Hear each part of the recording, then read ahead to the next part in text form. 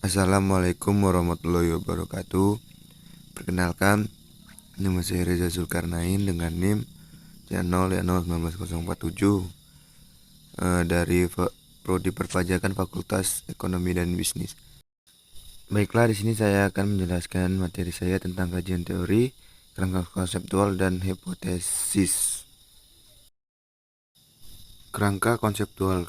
Kerangka konseptual penelitian adalah suatu hubungan atau kaitan antara konsep suatu terhadap konsep yang lain dari masalah yang ingin diteliti. Kerangka konsep ini gunanya untuk menghubungkan atau menjelaskan secara panjang lebar tentang suatu topik yang akan dibahas.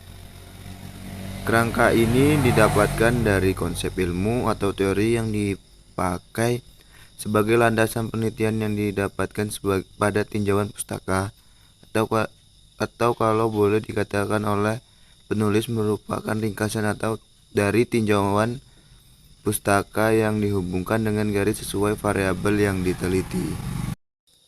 Tahap penyusunan kerangka konseptual. Kerangka konsep penelitian pada dasarnya adalah kerangka hubungan antara konsep-konsep yang ingin diamati atau diukur melalui penelitian. Untuk itu, langkah-langkah yang dilakukan sebelum membuat kerangka konseptual ini adalah: yang pertama, seleksi dan definisi konsep. Logika berpikir untuk mencoba menjelaskan atau atribut dari masalah yang akan diteliti. Yang kedua, mengembangkan pernyataan hubungan.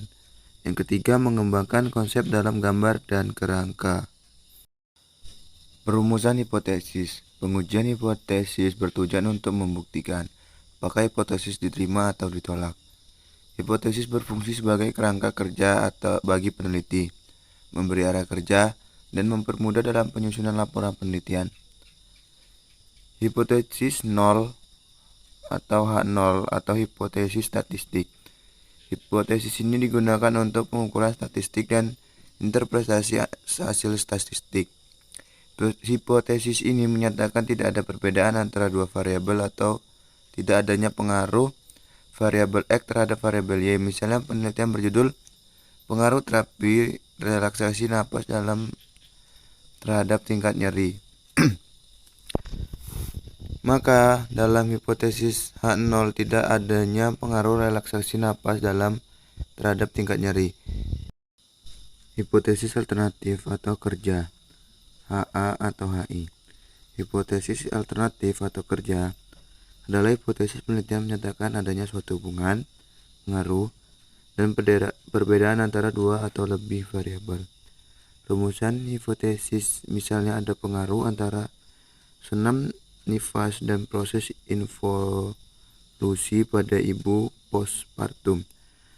Ada perbedaan tingkat kecemasan antara laki-laki dan perempuan pada infak miokard akut atau IMA. Menyusun bab 2, kajian teori.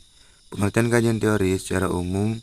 Kajian teori atau kajian pustaka adalah bahasan atau bahan-bahan bacaan yang terkait dengan suatu topik atau temuan dalam penelitian. Teori.